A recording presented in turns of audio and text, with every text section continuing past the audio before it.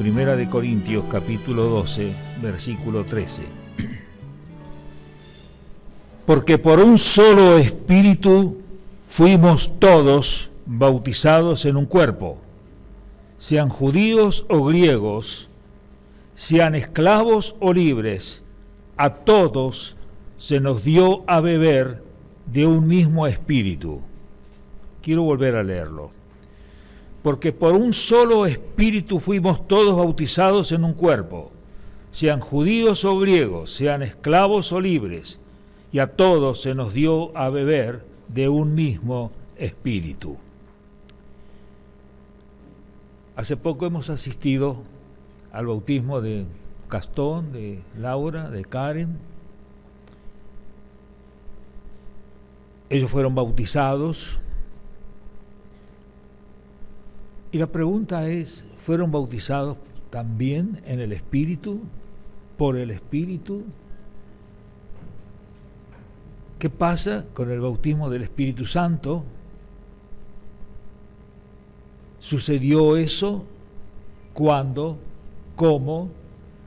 Y creo que no solamente a ellos les debe interesar eso, saberlo, sino creo que todos lo necesitamos saber y así creo que todos lo sabemos. Y si no, lo vamos a reafirmar y confirmar. ¿Cuándo sucedió eso?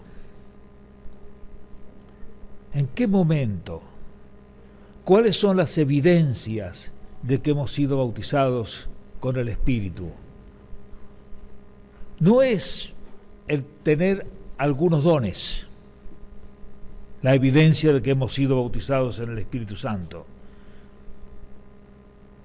No es experimentar sensaciones, la evidencia de que hemos sido bautizados por el Espíritu Santo. Que hemos sido bautizados por el Espíritu Santo, la evidencia es que lo hemos creído. Y quiero leer un texto que ya lo hemos estudiado hace poquito en Efesios, que dice la palabra del Señor de esta manera, Efesios capítulo 1, versículo 14, comenzando del 13, en Efesios 1:13, en Él, en Cristo, también vosotros, habiendo oído la palabra de verdad, el evangelio de vuestra salvación es esa palabra de verdad, y habiendo creído en Él, fuisteis sellados con el Espíritu Santo de la promesa. Y habiendo creído en Él, habiendo creído en Cristo, no habiendo creído en el Espíritu Santo, habiendo creído en Cristo, fuisteis sellados con el Espíritu Santo de la promesa. Sí, hermanos, Gastón, Laura y Karen, ustedes han sido bautizados, han sido sellados, ustedes poseen el Espíritu Santo de Dios en sus vidas. Cristo está en ustedes como está en todos nosotros. ¿Cómo podríamos dar una evidencia en ustedes de que estamos sentados en lugares celestiales, como hemos escuchado hoy? ¿Qué sienten ustedes para estar seguros de que están sentados en lugares celestiales? Yo no siento nada, pero agradezco a Dios que lo creo, que creo lo que la palabra dice. Esa es la evidencia. Ese es el testimonio del Espíritu. No es el testimonio de las emociones, no es el testimonio de las sensaciones, es el testimonio de la verdad que ustedes han creído, la verdad que nosotros hemos creído y la verdad que seguimos creyendo todos, la bendita palabra de Dios que lo dice. Esa es nuestra seguridad, de ahí parte nuestra confianza, de ahí parte la esperanza, de ahí parte el gozo y la paz, de ahí parte nuestra firmeza en la fe, en comunicar estas verdades, en disfrutar estas verdades, por creer estas verdades. Quiero leer otro texto en Hechos. Capítulo 2, comienza así el versículo 36. Sepa pues ciertísimamente toda la casa de Israel que a este Jesús, a quien vosotros crucificasteis, le está predicando Pedro, Dios le ha hecho Señor y Cristo. Al oír esto, los judíos allí reunidos en Jerusalén dijeron a Pedro y a los otros apóstoles: varones hermanos, ¿qué tenemos que hacer? ¿Qué haremos? Pedro les dijo: arrepentíos y bautícese cada uno de vosotros en el nombre de Jesucristo para perdón de los pecados, y recibiréis el don del Espíritu Santo. Bautícense y reciben el don del Espíritu Santo, porque para vosotros es la promesa, y para vuestros hijos y para todos los que están lejos, para cuantos el Señor nuestro Dios llamare. Y con otras muchas palabras testificaba y les exhortaba, diciendo: sed salvos de esta generación, de esta perversa generación. Así que los que recibieron su palabra fueron bautizados. Ahí no dice más nada, pero ahí recibieron el Espíritu Santo, que justamente unas palabras antes él había prometido que sería así. Y se añadieron aquel día como 3,000 personas. Y el versículo 47 dice: alabando a Dios y teniendo favor con todo el pueblo, y el Señor añadía cada día a la iglesia los que habían de ser salvos. Estos hermanos fueron añadidos por el Señor y fueron añadidos a la iglesia. Mantengan las Biblias abiertas porque volvemos otra vez al texto. Eso es lo que hace el Señor. A los salvados no los deja independientemente solos. A los salvados los une a los otros salvados. Los añade. Hay una fusión. Hay una unidad en la diversidad.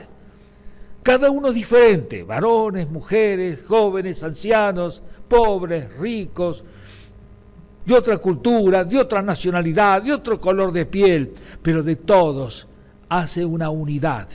Y en esa unidad no hay uniformidad, hay diversidad. Y eso es lo glorioso. Él nos une. Y dice así: y perseveraban en la doctrina de los apóstoles. Hemos escuchado hoy el mensaje que la verdad está en mantenernos en la doctrina de los apóstoles y saber entonces que los 4 evangelios, sumado a las cartas apostólicas, es la doctrina de los apóstoles, porque las cartas apostólicas revelan esa verdad que estaba oculta, completan la verdad. La doctrina de los apóstoles concluyen el mensaje de Jesucristo, la verdad que Jesucristo nos reveló en forma total, y que Él mismo dijo que no digo todo ahora, porque no lo pueden entender, no la podrán soportar ahora, no es el momento, les creará un conflicto, pero después el Espíritu Santo, cuando descienda en esas circunstancias, después de la resurrección, será aclarado todo el mensaje. De ahí que la doctrina de los apóstoles es en la cual perseveramos. Los bautizados ahora están perseverando en la doctrina de los apóstoles. Noten esta palabra que dice ahora: en la comunión unos con otros. Esto jamás debe interrumpirse. Tenemos que seguir manteniendo la comunión. Mantener comunión es tener cosas en común. Mantener comunión no es estar juntos. Es necesario estar juntos, pero no es el hecho solo de estar juntos. Se puede estar juntos y no tener cosas en común. Se puede estar juntos y confrontar. Hoy van a estar juntos escuchando el partido Boca River, muchísimos hermanos, y unos de River y otros de Boca, pero no tienen en común. Van a ver que unos cuando griten gol, los otros se muerden los labios, porque no están teniendo las cosas en común, ¿no? Entonces, es en comunión, cosas en común, los propósitos de Cristo, la razón por la cual fuimos salvados, los desafíos a los cuales Él nos ha puesto, los propósitos que la iglesia tiene en cuanto a la edificación, la evangelización, la adoración, la alabanza, el servicio, el servir a otros, todas las tareas que conciernen a su reino. Eso tenemos en común. Y para eso tenemos que estar juntos unos con otros. Versículo 43. Y sobrevino temor a toda persona, bueno, termino del 42, en la comunión unos con otros, en el partimiento del pan y en las oraciones. Oraban juntos, comían juntos, y sobrevino temor a toda persona, y muchas maravillas y señales eran hechas por los apóstoles, y todos los que habían creído, otra vez, estaban juntos. Hermanos, no nos olvidemos, no todos hoy están juntos, pero gracias a Dios por todos los que están juntos.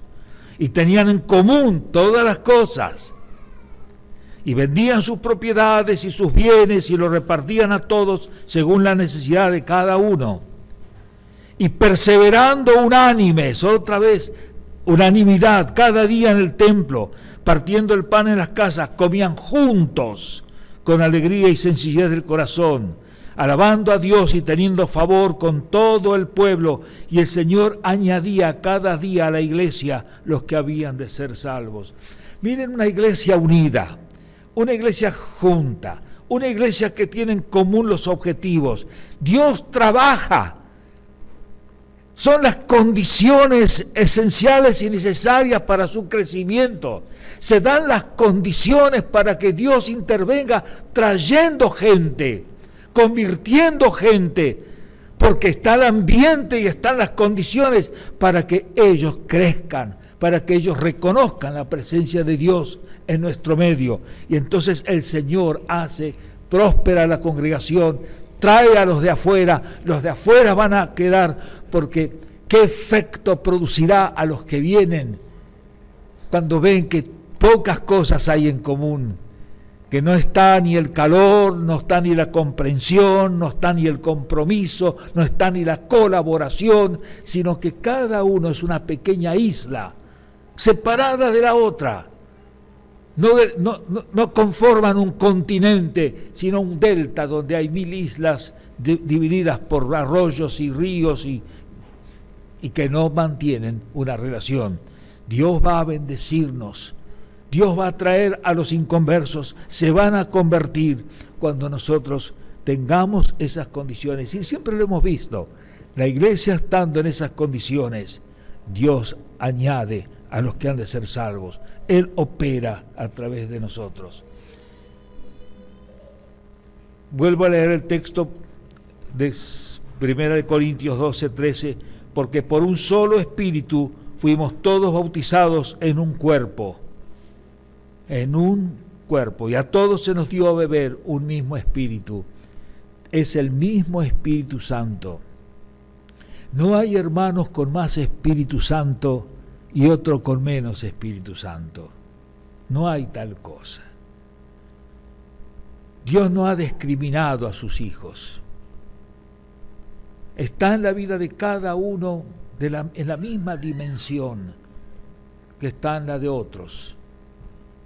Tú lo tienes completamente. Dios te lo ha dado. No hay que relacionar el Espíritu Santo con las cosas que uno puede hacer.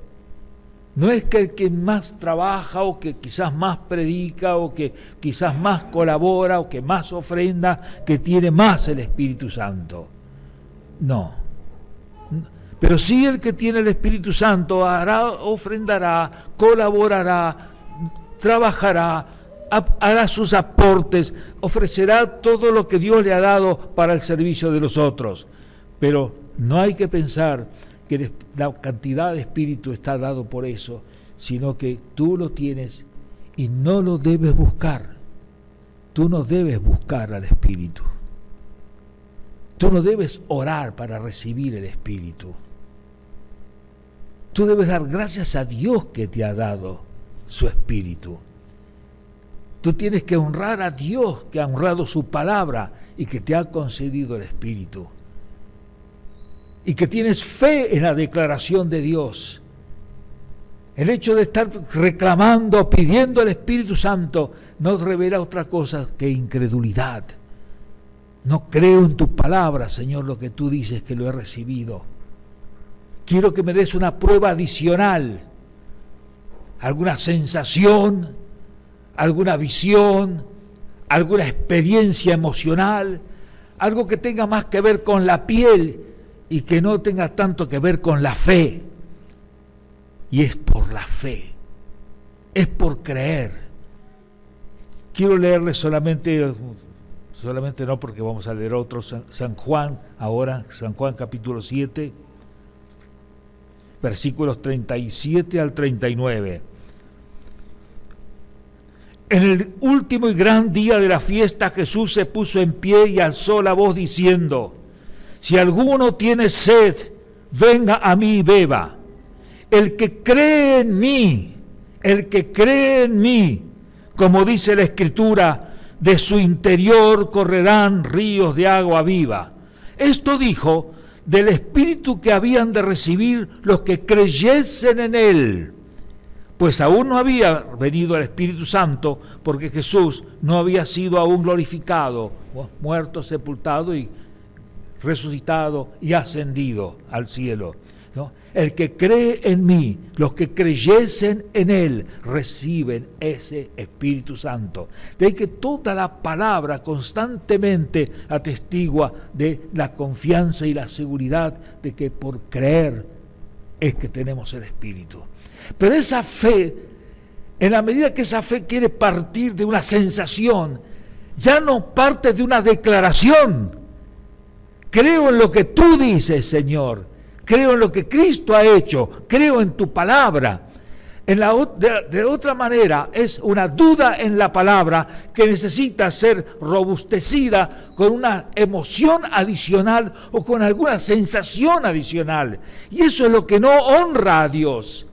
La fe honra a aquel que ha dicho y que ha declarado tal cosa, que es el Señor. Seguimos creyendo esta verdad, confiando en esta verdad, y vemos que Él nos hizo juntos, nos unió y nos pide que estemos juntos, que ha conformado un cuerpo.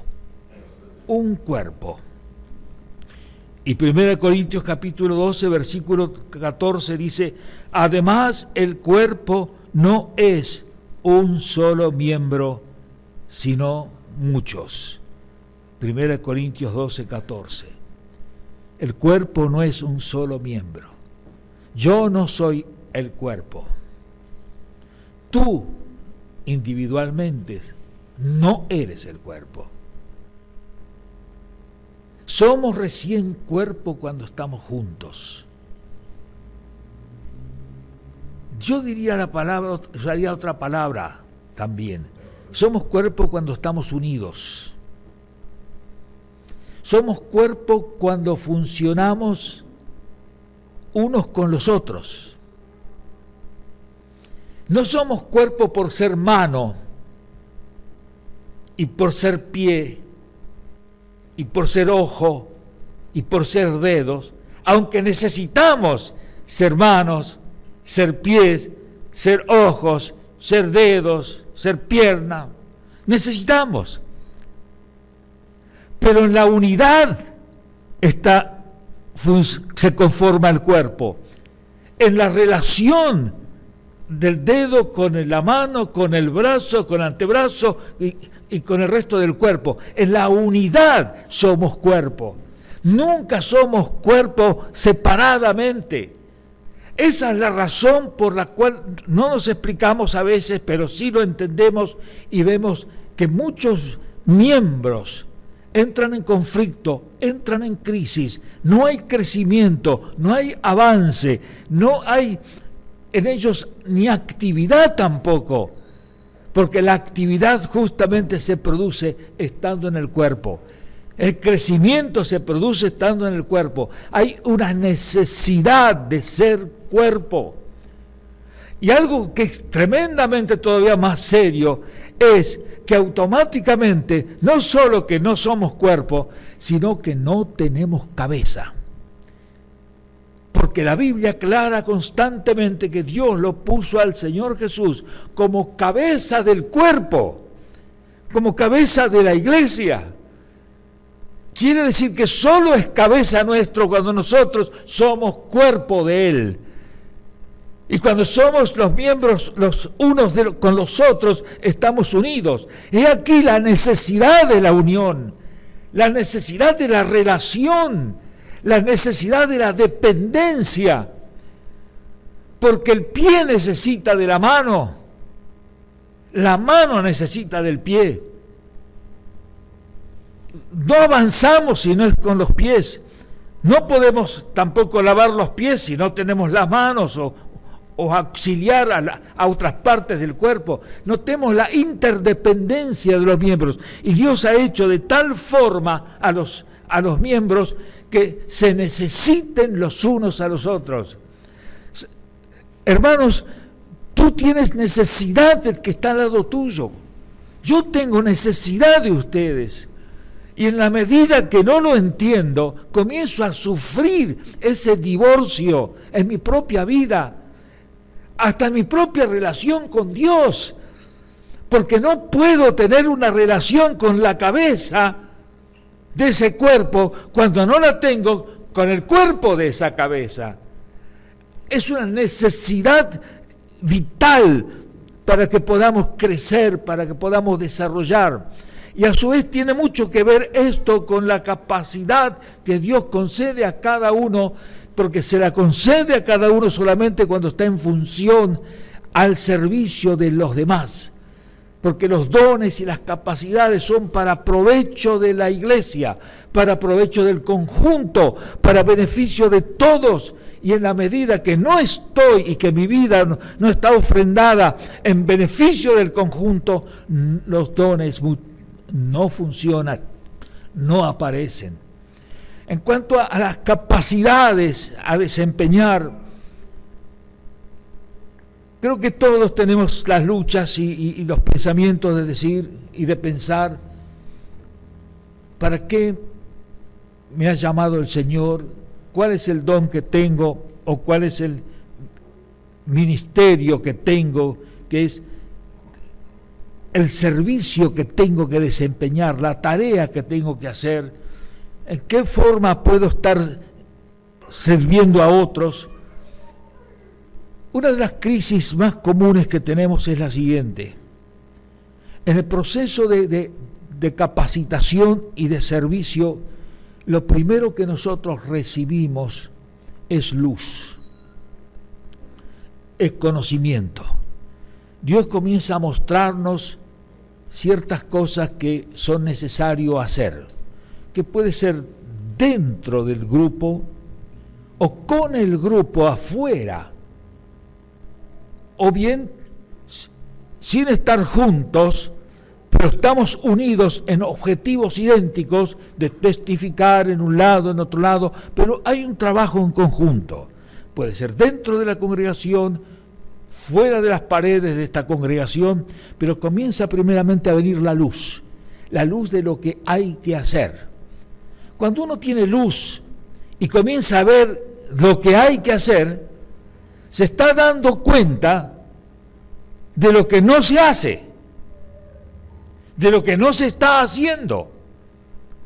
Ahora, Dios nos concede esa luz, y esa luz nos ilumina nuestro entendimiento, y el entendimiento, la información, modifica entonces o condiciona nuestra conducta, transforma nuestra conducta, y comenzamos a actuar haciendo lo que Dios me está mostrando que no se hace y que hay que hacerlo. Entonces la capacitación se produce, viene la fuerza para ejecutarlo. ¿Por qué? Porque Dios me lo mostró y en obediencia lo asumo y lo hago. Pero ese es el punto donde muchísimo nos quedamos, nos frustramos y fracasamos, que cuando recibimos la luz de las cosas que no se hacen, lo primero que asumimos es la crítica. Criticar o señalar las cosas que no se están haciendo y que se deberían hacer. pero no nos comprometemos, no la asumimos. Y no existe tal don de que Dios le va a dar a algunos la luz para que vean todo lo que no se hace y que se lo digan a los otros para que lo hagan. Parece que no existe ese don de capacidad de ver todos los defectos, de ver todas las cosas que no se hacen y que Él se las señale y que lo critique. No hay tal don. Cuando se llega a ese punto se ha desviado el objetivo. El objetivo comienza a mostrarnos, pero nos compromete automáticamente. Cuando uno ha tenido luz, Dios un día nos va a pedir la cuenta. ¿Qué hiciste con el talento? Recuerden que los que recibieron talento, los 3 estuvieron obligados a trabajar. Los 3 estuvieron obligados a invertir. Los 3 estuvieron obligados a producir. Ninguno tuvo la facultad de criticar al otro que recibiste 1, ni que vos tenés 5, ni que vos tenés 10, sino que cada uno tendrá que dar cuenta al Señor aquel día que Él venga a decir, preguntándoles, ¿qué has hecho con lo que yo te he dado? ¿Qué has hecho con lo que tenés? Tampoco nos va a preguntar qué has hecho con lo que no tenés, pero sí con lo que has tenido. Entonces recordemos esto. ¿Estás viendo tú alguna cosa, hermano, que está siendo necesaria hacer en la iglesia? ¿Por qué te ha dado Dios esa luz? Pregúntate. ¿Por qué te lo está mostrando el Señor? Es verdad que es la luz que Dios nos da, pero esa luz la puede usar Satanás también. La luz viene de Dios, pero la respuesta y la actitud puede ser incorrecta. Y ahora convierto en un conflicto algo que Dios me está mostrando para que sea en beneficio de todos, para que sea para el crecimiento de todos. Por otro lado, otra de las dificultades es que si Dios me está mostrando algo, que me mantenga en ese algo.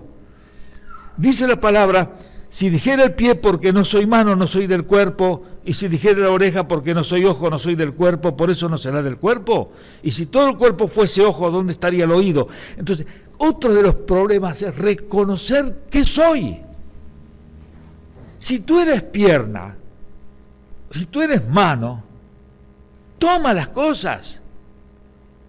Pero no te propongas caminar, porque no has sido llamado a caminar. Si eres oído, tendrás un conflicto tremendo en pretender ver, porque tu capacidad es oír. Si eres boca, no te ocupes en escuchar, ocúpate en hablar. Que cada uno desempeñe su tarea, porque está capacitado para esa tarea y no para otra, ni está en condiciones de juzgar al oído, la boca, ni el oído juzgar a los ojos, ni a la mano, ni al pie. Esa es otra de las dificultades, porque no hemos sido puestos para juzgar las labores de cada uno, sino para ejecutar nuestra tarea eficazmente. Ni el ojo le puede decir a la mano, no te necesito, ni tampoco a la cabeza, a los pies. Ahora, no solamente que habla de las funciones diferentes, sino que también ahora habla de las necesidades de las diferentes funciones. Las diferentes funciones no son para confrontar, sino para beneficiarnos. El aporte de cada uno es útil. Y más que útil, necesario. Nadie puede pensar que yo soy innecesario, que yo no hago falta. Y no pasa tampoco ya por el factor tiempo, no pasa por el factor de capacidades personales. Cuando Dios llama a alguno, cuando Dios abre el corazón y cuando nosotros estamos abiertos a eso, el Señor va a dar el tiempo cuando nosotros queremos servir. Vamos a tener el tiempo, ¿no? Ahora, ¿dónde servir? ¿Cómo servir? ¿Qué entendemos por servir? La Biblia habla de varios ministerios. Dice a uno, vamos a leerlo ahí en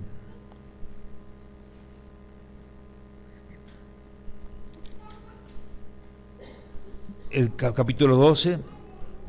Ahora bien, hay diversidad de dones, pero el Espíritu es el mismo. Hay diversidad de ministerios. Diversidad de ministerios. ¿Saben qué quiere decir? Hay muchísimas formas o muchísimas maneras de servir. Léanlo así, porque es lo que dice. Muchas maneras de servir. Ministrar es servir. Diversas formas de servir. Pero el Señor es el mismo. ¿Cuáles son las formas? Claro, sí. Ahí es otro de los conflictos. Si pensamos que ser pastor, ser diácono, ser director del conjunto musical, o maestra de escuela dominical, o encargado de tal sección, son todos los ministerios, realmente hoy acá tenemos mano desocupada, pero a granel, porque no hay más nada que hacer o hay que esperar y desear que se muera alguno de los que están ocupando ese lugar para que haya espacio para otro. Porque no nos hemos dado cuenta todas las posibilidades que hay. No hay quien grabe la cinta. No hay quien grabe las prédicas. No hay. Nadie se siente llamado para eso. Menciono solamente un pequeño detalle. A veces confeccionar las hojitas para el proyector, confeccionar otras cosas.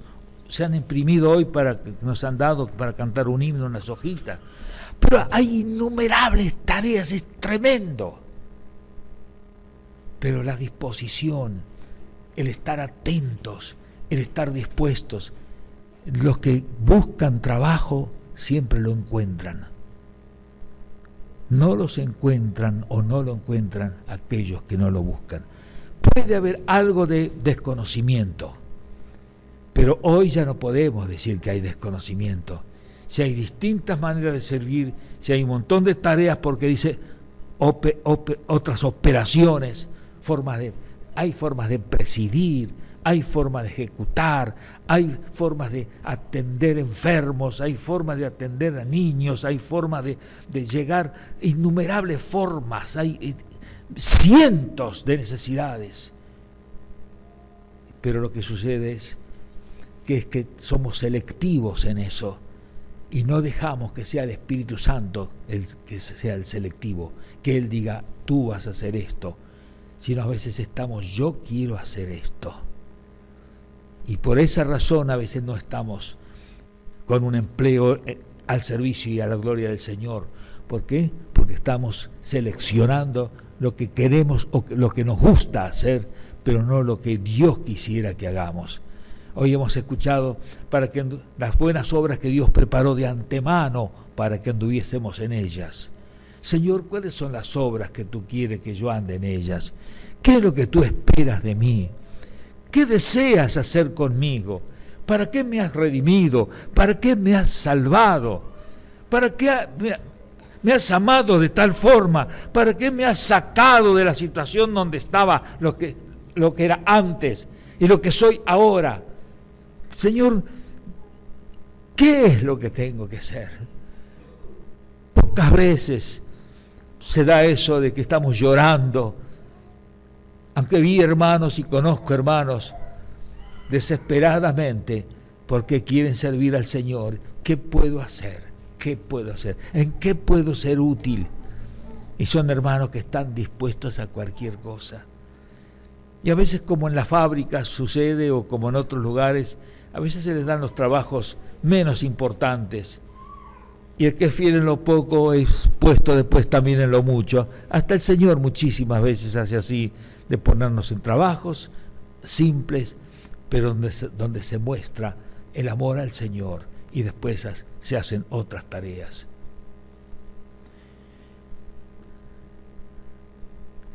¿Cuál va a ser nuestra respuesta? El Señor nos ha puesto en un cuerpo, nos ha unido, nos ha añadido, nos ha dado su Espíritu nos capacita, su Espíritu está para desde nosotros glorificar su nombre, bendecirnos a nosotros y bendecir a los que están a nuestro alrededor, tanto hermanos como aquellos que están afuera, ¿no? Que el Señor nos utilice y sepamos esto, que es una actitud soberana de Él que nosotros estemos acá. Es como decirle a nuestros hermanos nuevos que han ingresado: ustedes no eligieron, ustedes fueron elegidos, así como hemos escuchado el testimonio de Laurita en el bautismo. Es Dios quien me eligió a mí. Y quiero leer algunos textos acá mismo en 1 Corintios 12 para que los tengan grabados. Versículo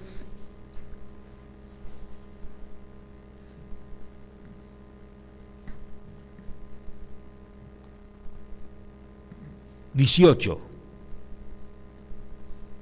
Mas ahora Dios ha colocado los miembros, cada uno de ellos, en el cuerpo como Él quiso. Versículo 24. No, versículo 28. Y aún nos puso Dios en la iglesia, primeramente apóstoles, luego profetas, los terceros maestros, luego los que hacen milagros, después los que sanan, los que ayudan, los que administran, los que sirven, los que tienen don de lenguas, ¿no? Él ha puesto. Y así lo verán ustedes en los versículos anteriores también, que Él es el que ha puesto. Él los ha puesto donde están. Y cuando habla un cuerpo y cuando habla una iglesia, recuerden que el concepto es la iglesia local. Ninguno de ustedes está unido a la iglesia universal. Ahora, lo universal en el sentido de la iglesia en el mundo, porque no tenemos una relación con la iglesia del mundo, porque no estamos interdependientes unos de los otros en la tarea. Donde podemos estar unidos, donde podemos estar juntos, donde tenemos cosas en común, es con los que tenemos contacto cada día. No puedes tener contacto con ninguna iglesia abstracta o idealizarla en tu mente. Esta es la única iglesia en la cual yo puedo tener una relación ahora, ustedes. Y ustedes no pueden tener una relación fuera de este grupo de hermanos. No nos podemos engañar que pertenecemos a un cuerpo estando fuera del cuerpo, pensando en algo aún más sublime. Yo pertenezco a todas las iglesias. No, eso es una vaga ilusión, no es práctica. Tú tienes aquí el lugar donde Dios te ha puesto y es aquí donde debes servir. Si Él te resuelve otra cosa, también te lo hará saber algún día y te llevará a algún lado o a algún sitio diferente. Pero te debes a este cuerpo porque Él quiso y te puso aquí por decisión soberana, y no has elegido tú ni ser pie, ni ser mano, ni tampoco has elegido el cuerpo. Has sido bautizado en este cuerpo por el Señor. Él te ha sumergido, Él te ha colocado, Él te ha añadido. Y no puedes tú romper. Esto no es esos abrojos que se prenden, se despegan y te pegas con quien quieres. Él ha hecho esto contigo. Glorifícalo al Señor, benefíciate de esta decisión de Dios y de estar perteneciendo a su cuerpo.